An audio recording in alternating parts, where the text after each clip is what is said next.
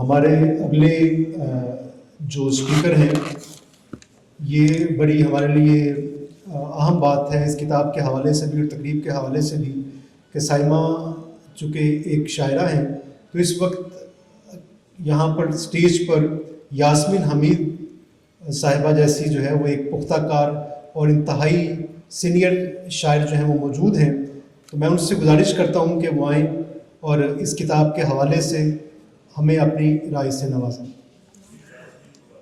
رضوی صاحب آ گئے ہیں، رضوی صاحب اور تمام سینئر لوگ جو اسٹیج پہ موجود ہیں، خواتین و حضرات، میں بہت ہی مختصر تحریر ہے یہ، لیکن کیونکہ میں نے لکھی ہے اور میرا خیال ہے شاید زیادہ مرتب ہوگی تو آپ کی نظر سے۔ سائمہ آفتاب کے شعری مجموعے عمر بھر کی بات کو پڑھنے کے دوران شاعری اور خاص طور پر غزل سے متعلق بہت سی باتیں ذہن میں آتی رہیں۔ پہلی بات تو یہ کہ غزل کیسی عجیب و غریب صنف سخن ہے۔ زمین یعنی غزل کی زمین، آپ غزل کی زمین طے کریں یا بعض اوقات خیال خود ہی زمین کا انتخاب کر لیتا ہے، ذرا سی ٹھوکا ٹھاکی کریں تو غزل تیار ہو جاتی ہے۔ شاید اسی لیے دنیا کے تقریباً ہر حصے میں اردو زبان میں غزل کہنے والوں کی خاصی تعداد پائی جاتی ہے۔ نظم میرے خیال میں یوں بنائی نہیں جاتی یا بنائی جا سکتی نہیں۔ نظم بنانے کے لیے کرافٹ کا علم تو ضروری ہے، لیکن سطر در سطر اسے بنایا نہیں جا سکتا۔ غزل کی حیت میں ایک بات یہ ہے کہ اس میں شعر کہنے کے لیے قافیہ اور اکثر ردیف بھی اور ایک خیال کی ضرورت ہے۔ صرف 2 مصرعے ہیں، آپ کا جی چاہے تو دوسرا شعر لکھیں، اگر نہیں لکھیں گے تو کوئی کچھ نہیں کہے گا۔ مجمع میں ایک شعر بھی سنایا جا سکتا ہے، دوسرا شعر کبھی بھی لکھا جا سکتا ہے، فوراً بھی لکھ سکتے ہیں، 2-4 برس کے بعد بھی لکھ سکتے ہیں۔ کسی بھی قسم کی شاعری کے لیے وفور کا عنصر میری دانست میں لازمی ہے۔ یہ وفور کہاں سے آتا ہے اور یہ تخلیق میں معاون کیوں ہے، مجھے تو یہ معلوم نہیں ہے۔ اس کے لیے کوئی طے شدہ عمل اور طریقہ تو ہے نہیں۔ کس بات کو کب نظم کرنا ہے، اس کے بارے میں کوئی بھی حتمی بات کہنا ممکن نہیں۔ ارتقاء کے اصول ہم نہیں طے کرتے۔ جو ایوولوشن ہے یا ارتقاء ہے وہ انپریڈکٹیبل ہوتا ہے۔ تخلیق کار خود بھی نہیں جانتا کہ عالم امکان اس کے ساتھ کیا سلوک کرے گا۔ میں نے شروع میں کہا تھا کہ غزل کہنا آسان ہے، لیکن اچھی غزل کہنا آسان نہیں ہے۔ اچھی غزل ہم کسے کہتے ہیں؟ یہ اچھی کے کئی معنی ہو سکتے ہیں، صرف 2 مصرعے ہیں، ان 2 مصروں میں پوری بات کہنی ہے۔ کوشش کریں کہ اپنے آپ کو دہرائیں نہیں، کسی کی نقالی نہ کریں، مضمون نیا ہو، تہدار ہو، وغیرہ وغیرہ۔ غزل کو اس کے نظام عروج سے باہر نہیں نکالا جا سکتا۔ آزاد غزل کے تجربے کا دور بھی کہیں پیچھے رہ گیا ہے۔ کامیاب غزل کہنا کسی بھی شاعر کے لیے بہت بڑا چیلنج ہے۔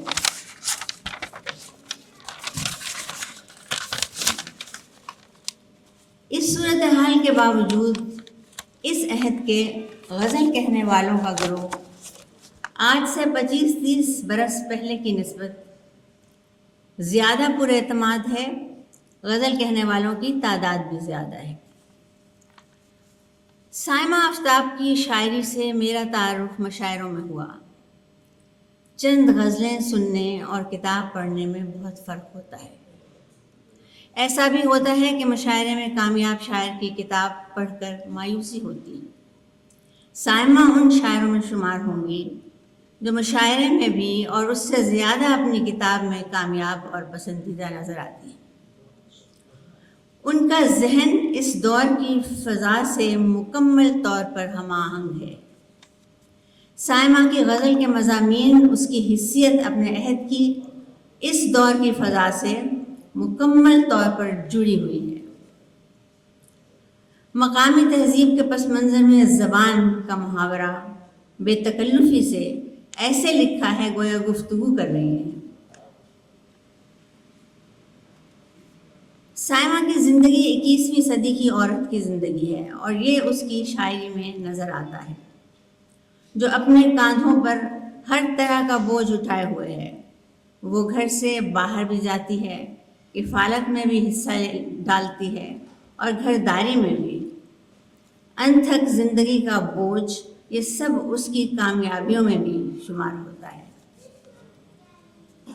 میں نے چند اشعار کا انتخاب کیا ہے، وہ میں پیش کروں گی اور پھر آپ سے اجازت چاہوں گی کہ ہم اس کو دیکھ کر جیتے ہیں اور وہ دنیا کو، ہم اس کو دیکھ کر جیتے ہیں اور وہ دنیا کو، سو خوش ہیں دونوں بہت اپنے کاروبار کے ساتھ۔ ہم اس کو دیکھ کر جیتے ہیں اور وہ دنیا کو، سو خوش ہیں دونوں بہت اپنے کاروبار کے ساتھ۔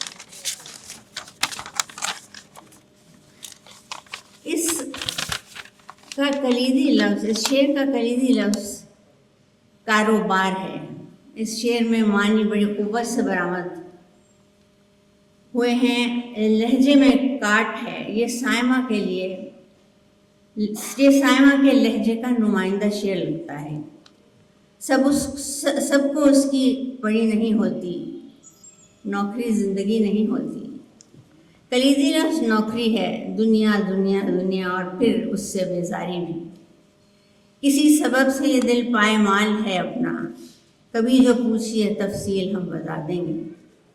اور میں ذمہ دار سمجھ بوجھ والی عورت تھی، سو بار عشق میرا ہی اٹھانا بنتا تھا۔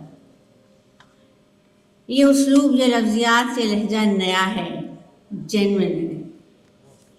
پڑ ہی جاتا ہے منہ دکھانا کہیں، رابطے تو بحال رکھیے آپ۔ اور کیسی کاٹ ہے اس لہجے میں، یہ کاٹ اس عہد کی عورت کی کمائی ہے۔ یہ لہجہ اس زمانے کی عورت حاصل ہے۔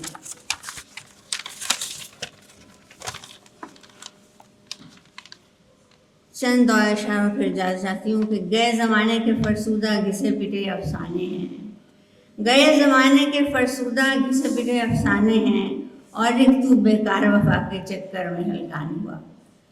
روزمرہ زبان سے روزمرہ محاورے میں کامیاب غزل کہی ہے، اور ایک چند چار اشعاری غزل کے کہ باغ خوش رنگ میں قیام کیا، باغ خوش رنگ میں قیام کیا، سبزہ نرم پر خرام کیا، باغ خوش رنگ میں قیام کیا، سبزہ نرم پر قیام کیا، اور عشق میں افسری کے خواہاں ہیں، کتنا اس محکمے میں کام کیا۔